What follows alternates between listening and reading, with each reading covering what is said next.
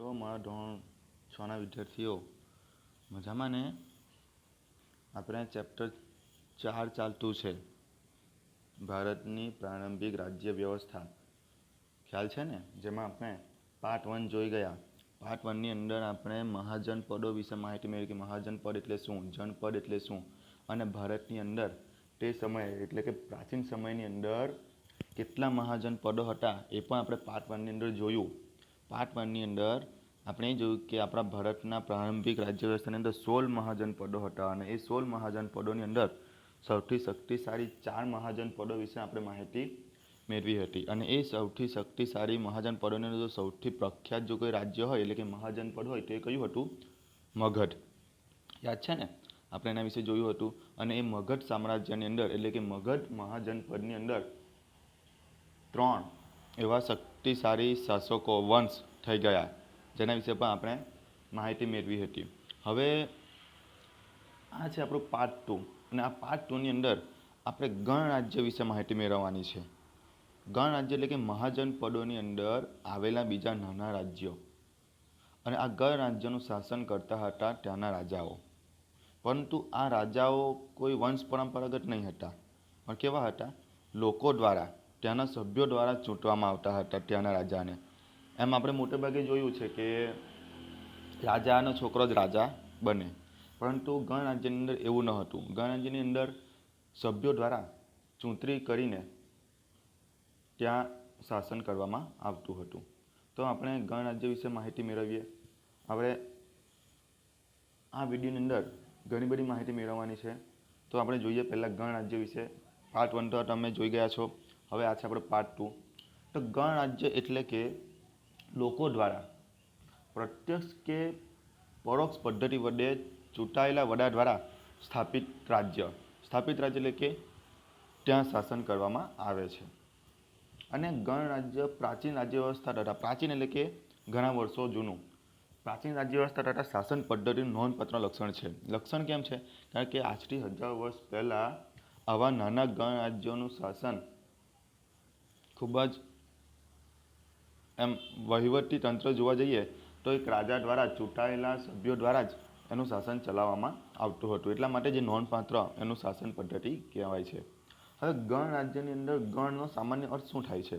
તો ગણનો સામાન્ય અર્થ થાય છે સમૂહ. શું? સમૂહ. એક અથવા એકથી વધુ નાના નાના રાજ્યો ભેગા મળીને જે સંઘ બનાવે છે એ સમૂહ, તેને ગણરાજ્ય કહેવામાં આવે છે. હવે એક કરતાં વધારે સભ્ય સંખ્યાની મદદથી ચાલતું રાજ્ય. એક કરતાં વધુ સભ્ય સંખ્યા 5, 6, 7 એવા સભ્ય સંખ્યાની મદદથી ચાલતું રાજ્ય એક ગણરાજ્ય કહી શકાય. આમાં આવશે કે કેટલાક સમૂહ ભેગા મળીને ગણરાજ્યની સ્થાપના કરેલી, એ હું તમને આગળ જણાવીશ. આ સમયે કેટલાક એવા રાજ્યો પણ હતા કે જેમાં રાજાને જનતા દ્વારા પસંદ કરવામાં આવતા. જુઓ, એ મહાજનપદોની અંદર એવા કેટલાક રાજ્યો પણ હતા કે જેનો રાજા જનતા દ્વારા પસંદ કરવામાં આવતા. એટલે કે વંશ પરંપરાગત નહીં કે એક રાજા પછી બીજો રાજા, પણ કોના દ્વારા પસંદ કરવામાં આવતું હતું? જનતા દ્વારા, એટલે કે લોકો દ્વારા રાજાની પસંદગી કરવામાં આવતી હતી. એટલે તમને પૂછાઈ શકે કે ગણરાજ્યની અંદર રાજાની પસંદગી કઈ રીતે કરવામાં આવતી? તો તમે શું લખો? તો જનતા દ્વારા પસંદગી કરવામાં આવતી હતી. તમે નોટ લઈને બેસતા જશો. હું જે બોલું છું અમુક વસ્તુ તે તમારે ધ્યાનથી લખી લેવાનું છે. તો આવા રાજ્યને ગણરાજ્ય કહેવામાં આવતું. તો આવા ગણરાજ્ય કયા કયા હતા? આવા ગણરાજ્ય કયા કયા? આપણે પાર્ટ 1ની અંદર મહાજનપદ વિશે માહિતી મેળવી. મહાજનપદની અંદર ગણરાજ્ય હોય છે. જેમ કે કયા કયા? તો વૈશાલીના લીછવીઓ, કપિલવસ્તુના શાક્ય, મિથિલેના વિદેહ, કુશીનારાના મલ્લો એવા તે સમયના પ્રજાઓના ગણરાજ્ય હતા. હવે તમને ફરી પાછું એકવાર ધ્યાનથી જણાવી દઉં. તો આની અંદર મહાજનપદો પણ છે અને ગણરાજ્યો પણ છે. તો વૈશાલી શું છે? મહાજનપદ છે. કપિલવસ્તુ મહાજનપદ, મિથિલા મહાજનપદ, કુશીનારા એ મહાજનપદ. આ મહાજનપદો વિશે આપણે આગળના વિડીયો એટલે કે પાર્ટ 1ની અંદર જોઈ ગયા હતા. હવે આ મહાજનપદની અંદર ગણરાજ્યો આવેલા છે. કયા કયા? તો લીછવી, શાક્ય, વિડે, મલ્લો એ ગણરાજ્ય છે. કેવા રાજ્ય છે? એ ગણરાજ્ય છે. તો આ પ્રકારની રાજ્ય વ્યવસ્થામાં પ્રત્યેક સભ્યને રાજા કહેવામાં આવતો. કોની અંદર? ગણરાજ્યની અંદર. ગણરાજ્યના જે સભ્યો હોય એ સભ્યને શું ગણવામાં આવતો હતો? રાજા ગણવામાં આવતા હતા. સમજ પડી ગઈ ને તમને અહીંયા સુધી? ચલો આગળ જોઈએ. હવે હેડિંગ મારી દો. આ એક સમજવા જેવું છે. વૈશાલી વજ્જી રાજ્ય. વૈશાલી વજ્જી રાજ્ય શું છે? તો વૈશાલી છે ને, વૈશાલી એક મહાજનપદ છે. વૈશાલી એક મહાજનપદ છે, પરંતુ એની અંદર એક સંઘની રચના કરવામાં આવેલી, જેને વજ્જી સંઘ કહેવામાં આવેલું. એક સંઘની રચના કરવામાં આવેલી, તેને વજ્જી સંઘ કહેવામાં આવેલું. તો એની રચના કઈ રીતે કરવામાં આવી? તો આમાં થાય એવું છે કે આ જે મહાજનપદના જે બધા મોટા મોટા રાજ્યો છે ને, મહાજનપદો, મોટા મહારાજ્યો, તો એ બધાના રાજા કેવી ઈચ્છા રાખતા કે એમની સત્તા વધારવાની ઈચ્છા રાખતા, એટલે કે બીજા રાજ્ય જીતીને પોતાનું રાજ્ય મોટું કરવાની એવી મહત્વાકાંક્ષા રાખતા હતા. એટલે કે પોતાનું સામ્રાજ્ય વિશાળ બનાવતા હતા. પોતાનું સામ્રાજ્ય વિશાળ બનાવતા હતા. તો આવા મહાજનપદોથી રક્ષણ મેળવવા માટે આ નાના નાના ગણરાજ્યોએ શું કર્યું? ભેગા થઈ ગયા. નાના ગણરાજ્ય શું થઈ ગયા? ભેગા થઈ ગયા. કેવી રીતે? તો આ જે મહાજનપદના રાજાઓ શું કરતા? નાના નાના રાજ્યો પર આક્રમણ કરતા. તો નાના રાજ્યો એક થઈ ગયા અને મોટું સંઘ બનાવ્યું. જુઓ તમને બતાવું. તો લીછવી, વજ્જી, જ્ઞાતુક, વિડે, શાક્ય, મલ આવા વગેરે 8 જાતિના લોકો આવા મોટા મહાજનપદોથી રક્ષણ મેળવવા માટે એક સંઘની રચના કરી. શાની રચના કરી? એક સંઘની. એટલે કે આ 8 જેટલા ગણરાજ્યો ભેગા થઈ ગયા. લીછવી, વજ્જી, જ્ઞાતુક, વિડે, શાક્ય, મલ એવા વગેરે 8 નાના ગણરાજ્યો શું થઈ ગયા? મોટા મહાજનપદોથી રક્ષણ મેળવવા માટે એક થઈ ગયા. એટલે કે શાની રચના કરી? એક સંઘની રચના કરી. એક સંઘની રચના કરી અને એને નામ આપવામાં આવ્યું વજ્જી સંઘ. શું નામ આપવામાં આવ્યું? વજ્જી સંઘ. વજ્જી એક ગણરાજ્ય હતું, પરંતુ એની સાથે અન્ય ગણરાજ્ય ભરતા એક મોટા સંઘની રચના કરી. એટલે કે મહાજનપદોથી બચવા માટે, એનાથી રક્ષણ મેળવવા માટે એમણે એક સંઘની રચના કરી, જેને નામ આપવામાં આવ્યું વજ્જી સંઘ. અને આ વજ્જી સંઘનું મુખ્ય સ્થાન રાખવામાં આવ્યું લીછવીઓનું પાટનગર વૈશાલી. ક્યાં રાખવામાં આવ્યું? જે વૈશાલીનું જે લીછવી હતું ને, તે પાટનગર રાખવામાં આવ્યું. આ વજ્જી સંઘનું પાટનગર. આથી તેને વૈશાલીનું વજ્જી સંઘ રાજ્ય એવું નામ કહેવાતું. શું કહેવાતું? વૈશાલીનું વજ્જી રાજ્ય એમ કહેવાતું. વજ્જી પણ એક ગણરાજ્ય હતું. વૈશાલી એક મહાજનપદ હતું. યાદ રાખજો, વૈશાલી એક મહાજનપદ હતું, પરંતુ વજ્જી શું હતું? એ નાનું ગણરાજ્ય હતું. પરંતુ વજ્જીની સાથે અન્ય 8 ગણરાજ્ય ભેગા થતા એક મોટા સંઘની રચના કરી, જેનું નામ આપવામાં આવ્યું વજ્જી સંઘ. અને આ વજ્જી સંઘનું પાટનગર ક્યાં રાખવામાં આવ્યું? તો વૈશાલીમાં. એનું પાટનગર વૈશાલીમાં રાખવામાં આવ્યું. તો અહીંયા સુધી તમને ખ્યાલ આવ્યો?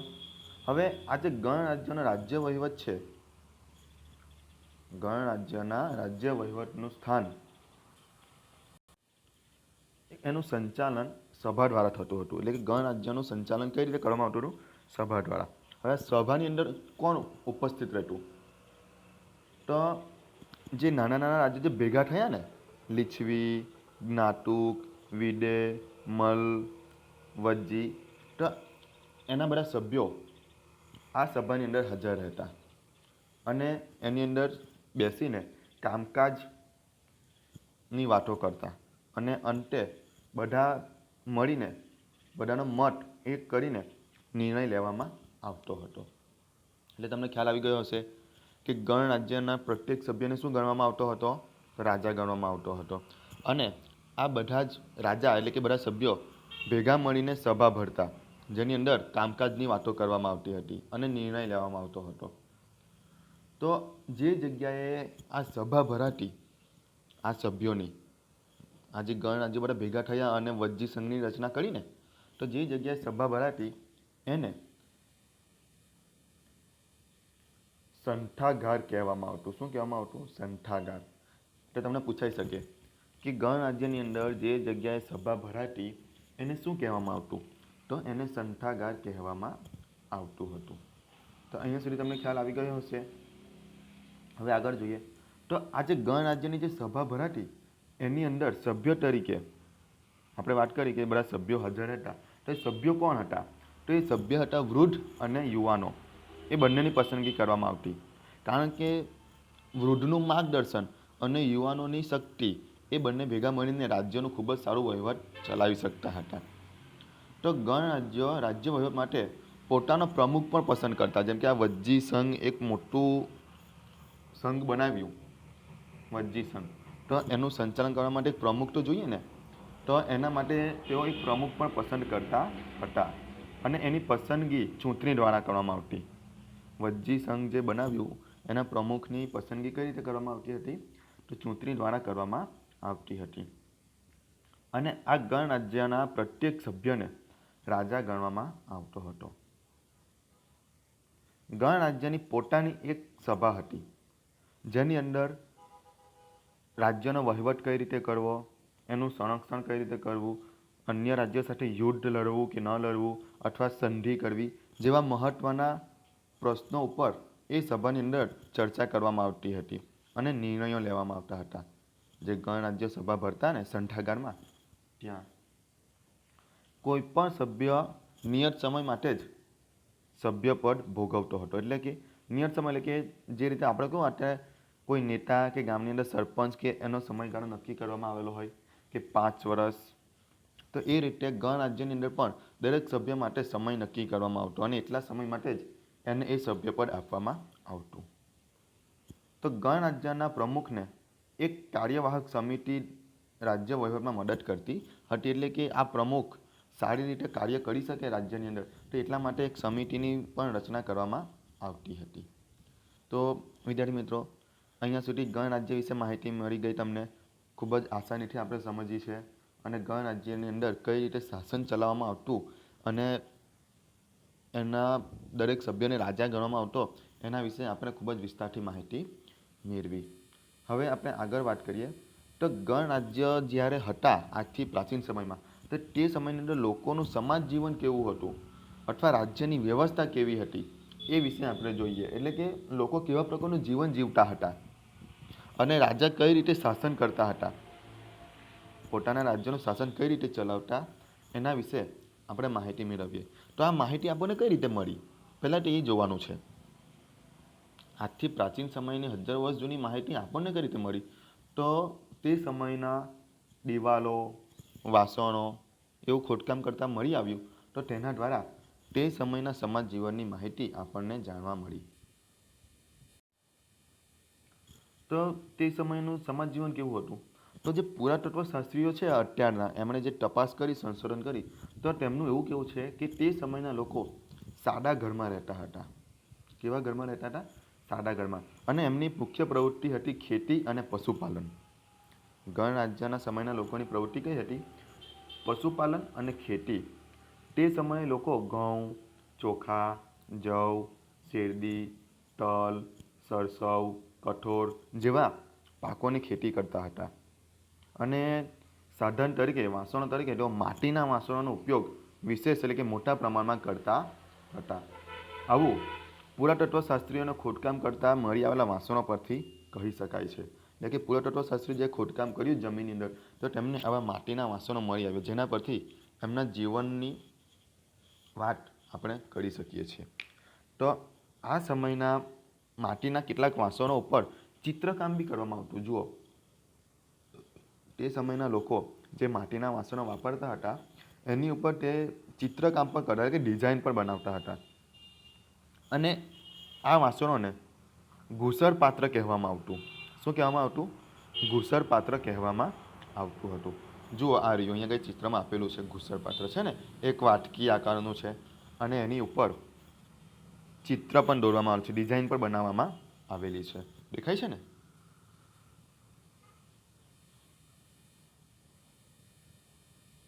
આગળ વાત કરીએ આપણે તો આ સમયે એટલે કે પ્રાચીન સમયની અંદર ગણરાજ્યના સમયમાં કોઈપણ રાજ્યનો શાસક એટલે કે રાજા પોતાના રાજ્યનું રક્ષણ કરવા માટે કોઈને કોઈ ઉપાય અજમાવતો હતો કે પોતાના રાજ્યનું રક્ષણ કઈ રીતે કરવું તે માટે કોઈને કોઈ ઉપાય અજમાવતો હતો. અને રાજ્યની રાજધાનીની આસપાસ એટલે કે જે જગ્યાએ રાજા રહેતો હતો એની રાજધાની એની ચારે બાજુ એક કિલ્લાઓ બાંધવામાં આવતા. કિલ્લાઓ એટલે કે ઊંચી દિવાલ. તમને ખબર હશે કિલ્લાઓ કોને કહેવાય? તો મહેલ અથવા રાજ્યની બહાર એક ઊંચી દિવાલ ઊભી કરવામાં આવતી હતી, ઊંચા દરવાજાવાળી, જેની ઉપર સૈનિકોને તૈનાત કરવામાં આવતા, તોપના ગોળા મૂકવામાં આવતા. હે ને? તમે બાહુબલી મૂવી જોયું હશે, પદ્માવત મૂવી જોયું હશે, ઘણા બધા એવા મૂવી છે કે જેની અંદર આવી ઊંચી ઊંચી દિવાલો બતાવે છે જેને કિલ્લા કહેવામાં આવે છે. તો આ કિલ્લા ખૂબ જ મજબૂત અને ઊંચા બાંધવામાં આવતા. ઊંચા કે જેથી સૈનિકો એટલે કે સૈનિકો અંદર ન ઘૂસી શકે, આક્રમણકારો એનાથી બચી શકાય એટલા માટે ઊંચા બાંધવામાં આવતા હતા. અને તેમાં પુષ્કળ પ્રમાણમાં પથ્થરો અને ઈંટનો ઉપયોગ કરવામાં આવતો, જેના કારણે એ મજબૂત લાંબા સમય સુધી ટકી રહેતી. કેટલાક રાજાઓ પોતાની શક્તિ અને સમૃદ્ધિ માટે પણ આવા કિલ્લાઓ બંધાવતા હતા. પોતાની શક્તિ બતાવવા માટે કે હું કેટલો શક્તિશાળી છું, અને સમૃદ્ધિ માટે આવા ઊંચા એટલે કે રાજ્યની ફરતે વિશાળ ઊંચી દિવાલો અને કિલ્લાઓ તૈયાર કરાવતા હતા. આવી જ એક દિવાલ આપણા ઉત્તર પ્રદેશના પ્રયાગરાજમાંથી ઈંટની દિવાલ મળી આવેલી છે અને જે આશરે 2500 વર્ષ જૂની છે એવું કહેવામાં આવે છે. કેટલા વર્ષ પહેલાંની છે? 2500 વર્ષ પહેલાંની પ્રયાગરાજમાંથી ઈંટની દિવાલ મળી આવી છે. તો એવું કહેવાય છે કે આ સમયે આવા ઊંચી દિવાલવાળા કિલ્લાઓ બાંધવામાં આવતા હતા ગણરાજ્યના સમયમાં. સમજ પડે છે ને કે તે સમયના રાજાઓ એટલે ગણરાજ્યના રાજાઓ પોતાના રાજ્યનું રક્ષણ કરવા માટે આવી ઊંચી ઊંચી દિવાલો બનાવતા હતા. જુઓ, આ રહી એ દિવાલ અહીંયા આગળ બતાવેલી છે, પ્રયાગરાજની ઈંટોની દિવાલ, જેની પર એક માણસ પણ દેખાય છે. દેખાય છે ને? ઊંચી દિવાલ છે કે જેનાથી સૈનિકો બહારથી કૂદીને અંદર ન આવી શકે. તો આ સમયના તમામ મહાજનપદો એટલે કે મોટા રાજ્યો વિશાળ સેના અને સંરક્ષણ માટે મજબૂત કિલ્લાની જરૂરિયાત રહેતી. એટલે કે અન્ય રાજ્યોના આક્રમણથી બચવા માટે આવા મહાજનપદો એક વિશાળ સેના તૈયાર કરતા યુદ્ધ લડવા માટે અને કિલ્લા બંધાવતા હતા. તો હવે આ સૈનિકોનું ભરણપોષણ કરવું, ઊંચી દિવાલો બનાવવા માટે પૈસા જોઈએ, માલ સામાન લાવવા માટે, પછી કારીગરોને આપવા માટે, તેવી ઘણી બધી જરૂરિયાતો ઊભી થતી. તો આ જરૂરિયાતો પૂરી કઈ રીતે કરતા? તો આ જરૂરિયાતો પૈસાની જરૂરિયાત પૂરી કરવા માટે રાજા શું કરતા? કર ઉઘરાવતા પ્રજા પાસેથી. લોકો પાસેથી શું ઉઘરાવતા? કર ઉઘરાવતા. તો જો પણ એ કર બી બધાને અલગ અલગ વર્ગને અલગ અલગ રીતે આપવામાં આવેલો. જેમ કે ખેડૂત હોય તો એ ખેતીના પાકનો 6ઠ્ઠો ભાગ ખેડૂતે રાજાને આપવાનો રહેતો. ખેડૂતે ખેતીનો 6ઠ્ઠો ભાગ રાજાને આપવાનો હતો. એટલે કેવી રીતે 6ઠ્ઠો ભાગ? તો આપણે એવું સમજીએ કે ખેડૂતને 6 ગુણી અનાજ પાકેલું છે, તો 6ઠ્ઠો ભાગ આપવાનો. એટલે કેવી રીતના 6ઠ્ઠો ભાગ? તો 5 ગુણી ખેડૂતે પોતાની પાસે રાખવાની અને 6ઠ્ઠી ગુણી જે 1 ગુણી બચે છે તે રાજાને આપવાની. એટલે કે ખેડૂત વર્ગે આ રીતે પોતાની ઉપજનો અનાજનો 6ઠ્ઠો ભાગ રાજાને આપવાનો. તેવી જ રીતે કોઈ કારીગર વર્ગ હોય જે કામકાજ કરતો હોય તો એ કારીગર વર્ગે મહિનાનો 1 દિવસ રાજાને કામ કરી આપવાનું.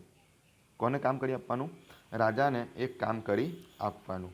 તે જ રીતે કોઈ પશુપાલન કરતું હોય તો પશુપાલનવાળાએ કર રૂપે પશુઓ રાજાને આપવાના.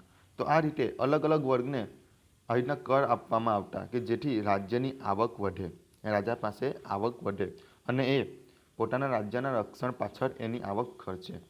તેવી જ રીતે કોઈ વેપારી હોય તો વેપારી એના સામાનના ખરીદ વેચાણ પર કર આપવો પડતો રાજાને. તો આ રીતે અલગ અલગ રીતે રાજ્યના લોકોએ રાજાને કર આપવો પડતો અને એ કર રાજા માટે એક પ્રકારની આવક કહેવાતી. રાજા માટે શું કહેવાતી? એક પ્રકારની આવક. તો એ આવક દ્વારા જ રાજા પોતાના રાજ્યનું સંચાલન કરતો હતો. હવે એ સમયે પ્રાચીન સમયમાં મહાજનપદના સમયમાં લોખંડના ઓજારોનો ઉપયોગ વધવા લાગ્યો, જેના કારણે ખેતીમાં પણ સુધારો થવા લાગ્યો હતો. એટલે કે તે સમયના લોકો લોખંડનો ઉપયોગ કરવા લાગ્યા હતા. એટલે કે લોખંડની શોધ થઈ ગઈ હતી. તો વિદ્યાર્થી મિત્રો, અહીંયા સુધી ગણરાજ્ય અને મહાજનપદ વિશે આપણે ખૂબ જ સારી રીતે સમજ મેળવી. તેમને પણ ખ્યાલ આવ્યો હશે કે મહાજનપદના રાજાઓ અને ગણરાજ્ય કઈ રીતે શાસન ચલાવતા હતા. પરંતુ હવે આગળ વાત કરીએ તો આ મહાજનપદો અને ગણરાજ્યના સમયમાં બે મહાન વિદ્વાન પુરુષો થઈ ગયા. કોણ થઈ ગયા? બે મહાન વિદ્વાન પુરુષો, મહાવીર સ્વામી અને ગૌતમ બુદ્ધ. એ પ્રાચીન સમયની અંદર મહાન પુરુષો થઈ ગયા, જનપદો ગણરાજ્ય, અને તેમણે એમના ઉપદેશો, એમના વિચારો પગપાળા ચાલીને ફેલાવ્યા. બીજા બધા ભગવાનોની જેમ નહીં કે ઉડીને કે બીજી રીતે વાત કરી હોય કે ચમત્કાર કર્યા હોય, લોકોને ચમત્કાર બતાવે, એવું નહીં. પણ આ મહાવીર સ્વામી અને ગૌતમ બુદ્ધે પોતાના લોકોને જીવનમાં સુધારો આવે એ માર્ગદર્શન આપવા માટેના ઉપદેશ અને વિચારો પગપાળા ચાલીને ફક્ત ભારત જ નહીં પણ અન્ય દેશોમાં ફેલાવ્યા હતા. જૈન અને બૌદ્ધ ધર્મ ગ્રંથોમાંથી આવા ગણરાજ્યોની માહિતી પ્રાપ્ત કરી શકાય છે. બૌદ્ધ ધર્મનો ઉત્પત્તિ આપણા ભારતમાં થઈ, પરંતુ વિશ્વના 76 દેશોમાં એ ફેલાયો અને એ અન્ય દેશોએ બૌદ્ધ ધર્મને અપનાવ્યો પણ છે. તમે વિચાર કરો, બૌદ્ધ ધર્મ આપણા દેશમાં ઉત્પત્તિ થઈ, ભારત દેશનો છે, પરંતુ ભારત દેશના લોકોએ એને અપનાવ્યો નહીં, પરંતુ વિશ્વના 76 દેશોએ બૌદ્ધ ધર્મને અપનાવ્યો છે.